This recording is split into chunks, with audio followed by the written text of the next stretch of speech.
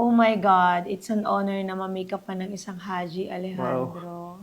Ako yung honored ngayon kasi after ilang years ngayon lang ulit tayo work together. Parang ang tagal na natin huling nag-makeup.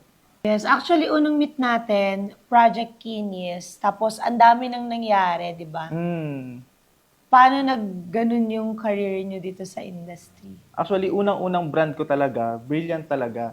Kasi nung nag-start nung pandemic, nasa bahay kami parehas ni Lenny. Ano ako noon, nasa ano ako noon, yung super down ako sa sarili ko noon nung mga year na yun. I think 2020, 2019, ganyan. Hindi ako nagsiselfie, hindi ako lumalabas. And hindi rin ako nagti-TikTok. That time, si Lenny lang yung nagti-TikTok, tapos ako nagbi-makeup sa kanya. Kasi nga, hindi ko kayang humarap sa camera. Yeah, that's Kasi, because of the breakout. oo, sobrang dami kong pimples nun, as in buong face. Anong reason kung bakit nagkaroon ka daw ng breakout? Hindi ko alam, siguro dahil din sa stress kasi nung panahon na yun, nag-stop yung events. Tapos nawalan ako ng work, tapos wala na akong ibang magawa talaga sa bahay noon. Kahit nga mag-selfie-selfie nga, hindi ko nga nagagawa dati. So wala akong magawa as in. So Tapos, parang before Haji Alejandro talaga, nasa event ka na talaga? makeup talaga. Sobrang insecure ako sa itsura ko. Ang dami kong, kasi nung high school ako, hindi ako pinipimples eh. Tapos nung nag-college ako, tapos neto lang after nung pandemic mismo, doon ako nagkaroon ng breakout. Tapos lahat na ng research ginawa ko, lahat na ng group sa Facebook na about acne, lahat ng research about paano i-treat yung acne, ganyan, sinalihan ko. And then meron ako nasalihang group na sa Facebook, yung Vanity, Project Vanity ba yun? Or Vanity Friends? Parang Vanity Vanity Friends. Friends by MJ Perez. Tapos, nagsuscroll lang ako doon. Alam ko na yung Brilliant matagal na. Siyempre, sobrang kilala na. 2017 pa lang may Brilliant na. Tapos, meron dong nag-post. I think, staff mo yata yun or ikaw mismo na mamimili ako ng ganito, ganyan, ng parang ilang tao ba yun na pakikinisin natin, tutulungan natin, susupply natin ng products, ganyan, ganyan. Tapos, isusupervise natin kung paano gamitin. So, out of nowhere lang, hindi ako nagko-comment sa Facebook. Nag-comment ako. Nag-send ako ng picture ko doon sa comment section. Kasi hinayaan ko na. Tapos parang nakalimutan ko na siya. Tapos biglang may tumawag sa akin from Brilliant Oo. na nakapasa daw ako dun sa Project Kinis. Sabi ko, ano po yung Project Kinis? Ito po yung program ni Miss Glenda, ganito, ganyan. Humanap po kami ng mga tao na tutulungan namin. Sabi ko, ay, yung pala yun. Kasi nag-comment lang ako. Akala ko bibigyan lang ng products. Tapos yun pala, nilagay na kami sa GC. Tapos may mga staff na sa amin na kamusta po yung first day, second day. So ayun, parang tuloy-tuloy lang na inaano nila sa amin kung ano yung mga next na gagawin. So, ikaw pala yung isa sa mga first batch namin ng Project Kinis talaga.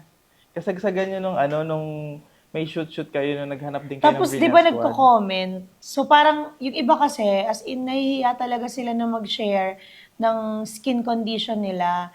So, ikaw, nag-comment ka talaga, hindi ka nahiya. Sinend ko yung picture ko kasi wala pa naman ako noon, hindi naman ako kilala, wala nakakilala sa akin noon. So, parang sobrang desperado na ako na kuminis talaga. Kinoment ko na yung picture ko. Ano yung parang inspiration mo to join Project Kinis? Kasi minsan pag nag-interview talaga ako, may iba't iba silang reason kung bakit sila sumali sa Project Kinis. Ako talaga, syempre, as a freelancer, makeup artist, photographer, ganyan, lagi akong nakaharap sa client. May mga times na pag may client kami, syempre, nadjudge kami kung paano namin pinipresent yung sarili namin. Oo. So, ako naman, syempre, very insecure ako, mahihain ako kasi hindi ako confident. So, magre-reflect yun kung paano ko i-handle yung kliyente ko. So, paano ko sila gagawing confident kung ako mismo, hindi ako Hindi ka confident sa confident. sarili ko. So parang kailan ka nagsimula na magkaroon ng interest talaga sa skincare? Di ba kasi pag lalaki ka, parang hindi ka talaga parang hindi ka buhay sa world ng mga nag-skincare. So, kailan ka nag-start magka-interest? Before talaga, sabi ko, hindi ako pinipimples nung high school. Wala akong skincare, wala talaga akong pakialam dyan. Tapos nung start lang ako na magkaroon ng pimples, nag-research na ako about kung paano i-treat yung acne. Pero, ang dami kasing recommendation lahat magko-comment. I-try mo to, i-try mo yan. Oo, Ganito parang ang nag-work sa daming akin. mga comments, no? Sobrang saturated na ng mga opinion na hindi mo na alam kung anong iti-take mo. So, parang, syempre, naghanap na ako kung sino talaga yung credible na pwedeng tumulong sa akin.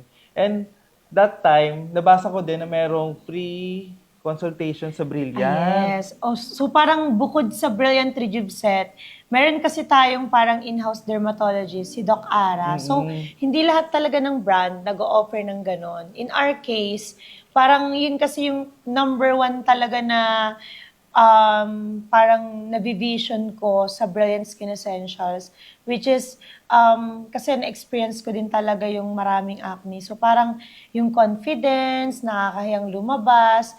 So dun kami nag-decide na sa next level, meron kaming Doc Ara. So paano siya nakatulong sa'yo? Yung time na yon, syempre marami na akong products na tinatry. So, habang nagsi-skincare ako, sabi ko, parang gusto ko din magpa-consult talaga sa doctor. Yun talaga yung pinaka-the best talaga na naisip ko. Tapos, sakto nga, sa Brilliant kami, in-offer sila na free consultation. E di nag-message ako kay Doc Ara, sabi ko, Doc, this is Haji, ganyan-ganyan. Brilliant user po ako. Tapos sabi ko, ito po yung skin condition ko ngayon. Ano po pwede kong gawin para mapabilis yung pagtanggal ng pimples ko?